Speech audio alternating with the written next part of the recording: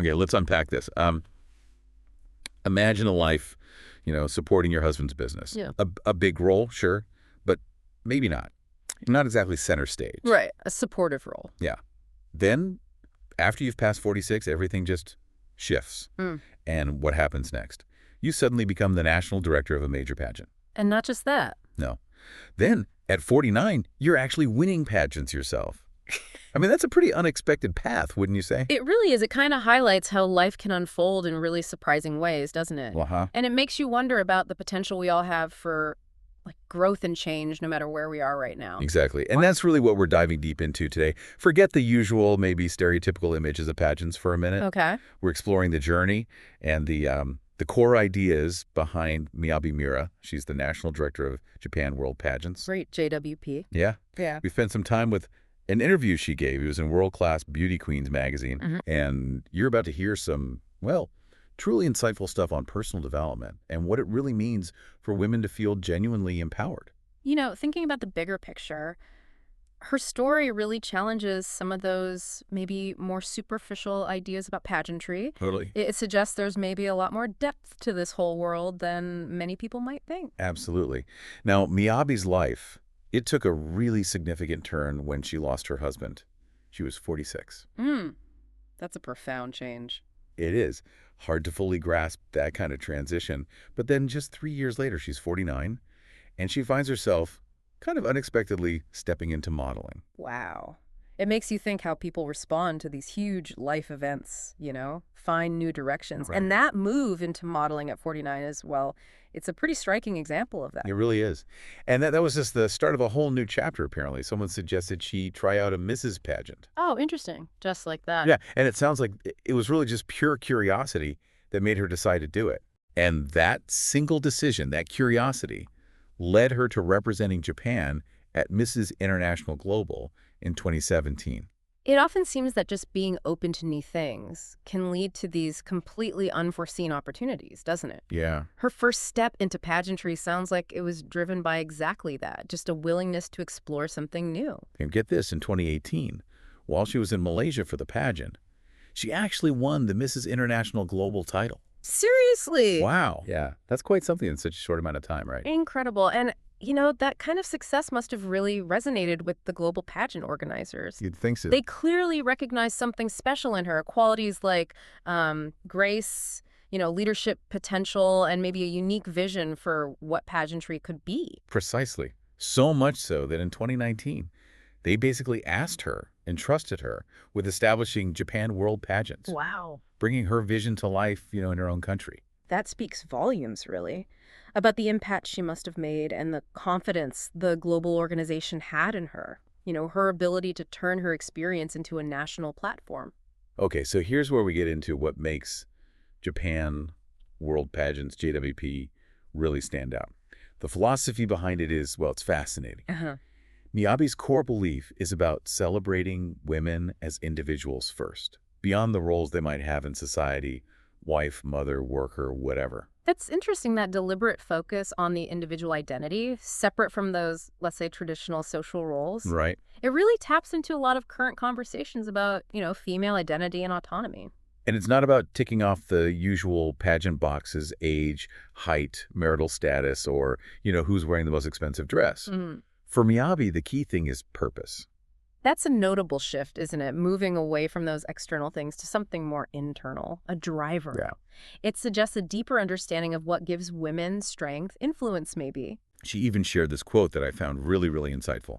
She said, "We Japanese often grow up thinking that doing things for others is virtuous, but forget that doing something for ourselves is important too." Oh, wow. That's a really powerful observation about Japanese culture, isn't it? It really is. It points to that maybe cultural tendency to prioritize others, sometimes, maybe forgetting about your own well-being. And it sounds like her pageant system is actively trying to address that balance. Exactly. And you see that perspective in how they judge contestants. They're looking for energy, the quality of their voice, their spirit. Uh-huh. It's not just focused on physical appearance. So it's more holistic then, looking at the woman's overall presence, her inner drive, not just the superficial stuff. Right. And the kind of experience she wants the contestants to have, it sounds incredibly supportive.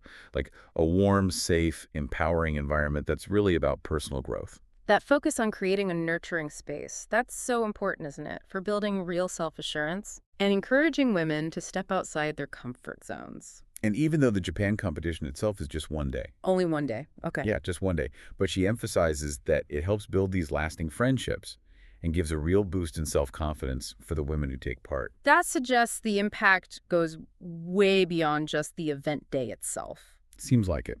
fostering a supportive network and a lasting sense of, personal achievement.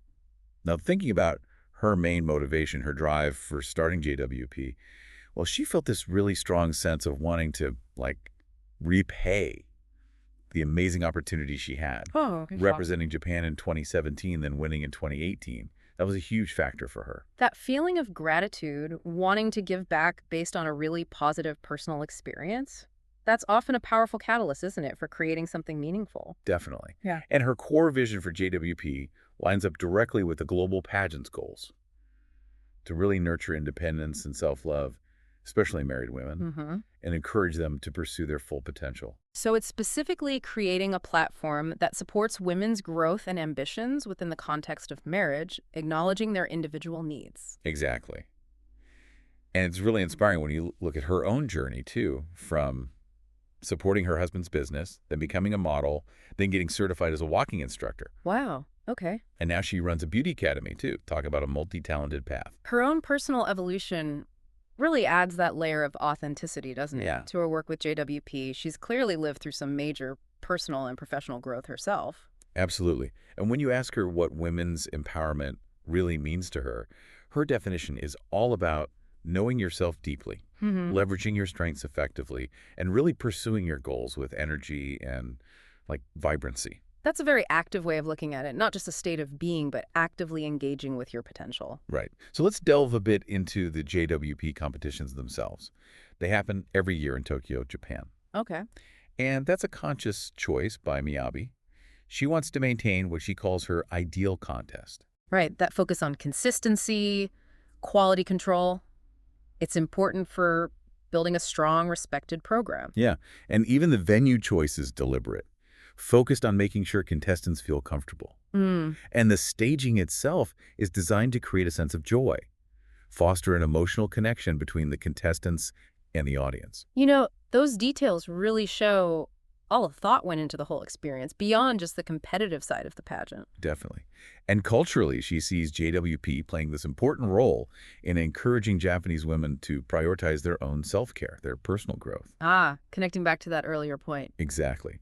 Which she feels can sometimes take a backseat to that natural tendency to focus on others. So it's actively working to help women find that balance, invest in themselves. Yeah.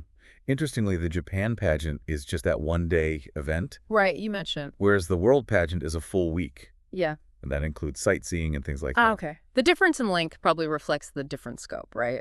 National versus international. Makes sense. Now, when it comes to how they're judged, it's a mix of things. Facial expressions, overall coordination, their walking and posing skills. Uh-huh. The presentation aspects. Yeah, but also how they use their voice, their speaking style, and just their overall presence or kind of atmosphere. So it's a blend of those presentation skills and the less tangible stuff like confidence, stage presence. Right.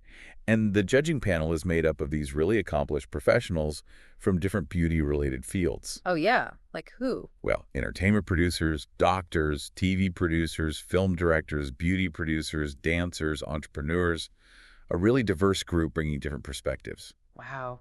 That suggests a pretty comprehensive evaluation, taking into account lots of different facets of a contestant's persona and potential. And the experience for the contestants themselves, it sounds quite transformative. Stepping into the spotlight, Yeah. feeling like a different version of themselves with pro hair and makeup, forming these strong bonds with other women who have similar goals, and just overcoming personal fears. Those are really powerful elements of personal development, aren't they? Things that can have a lasting impact way beyond the pageant itself. For sure. It's also interesting Unlike the World Pageant, the Japan Pageant doesn't actually have a mandatory charity work component. Oh, really? Hmm. That might suggest maybe a different focus or different priorities at the national level compared to the international one, I guess. Could be. They do have some great sponsors involved, though. Jinza Oral Care Clinic, Taurus Life, Nihon Trim, Maruko, Shishidu En. Right. Sponsorship is always vital for keeping things like this going and growing their reach. And it's really inspiring to hear about what past winners have gone on to achieve. Yeah. Like what? Things like getting published in local papers, getting to meet with mayors, appearing on radio shows, Ooh. even landing roles in movies and attending film festivals in Hollywood, and being featured in magazines, too. Okay, so these are tangible opportunities, real-world impact coming out of participating in JWP. That's impressive. Yeah. And they even organize fun events with the queens, like sightseeing in LA during a film festival, or dinners and shopping after the World Pageant in Malaysia. Sounds like it really builds a community feel. Oh, definitely. Those kinds of activities help build camaraderie, create lasting positive memories for everyone involved. So, looking ahead, 2025 and beyond, Miyabi's main focus seems to be on really nurturing each individual contestant, helping them identify their strengths, keep developing them, shine even more brightly, and become, truly attractive women inside and out, I'd imagine. That continued commitment to the individual growth of the women involved really underlines her dedication, doesn't it? It does. And her vision for her legacy, it's really beautiful. She hopes that everyone she meets through the pageant will experience personal growth, Nice. find joy and happiness, develop greater self-love, make a positive impact on others, and just ultimately live a rich, fulfilling life. It's a legacy centered on empowerment, positive change, really focusing on the whole well-being and development of the women who participate. So, yeah, as we kind of wrap up this deep dive, Miyabi Miura's story is just such a powerful reminder that personal reinvention is absolutely possible, right? Absolutely. And her approach with Japan World Pageants is really fundamentally about fostering self-love and individual growth for women, especially thinking about that Japanese cultural context you mentioned. Uh-huh. It really reinforces that idea that leadership begins with service and sincerity. Yeah, definitely. Her journey makes us think more broadly about what leadership can even look like and the impact that creating platforms for personal empowerment can actually have. And for you, listening right now, we hope hearing about Miyabi's philosophy maybe encourages you to reflect on how you might prioritize your own personal growth, your own sense of self-worth, no matter what stage of life you're in. It really prompts that question, doesn't it? What are some ways you can actively nurture self-love and pursue your own individual goals in your life right now? Yeah. And on that note, here's a final thought maybe to chew on. In a culture that often values the collective, how might embracing your individual aspirations actually contribute to greater strength and fulfillment for the whole community? That's a good one. Or maybe think about this. What unexpected opportunities might open up for you if you, like Miyabi, decide to step outside your comfort zone, maybe later in life? Those are definitely important questions to keep in mind as we all navigate our own paths. For sure. And if you'd like to explore more about Japan World Pageants, you can find all the details on their website. It's https://jwp-contents.com.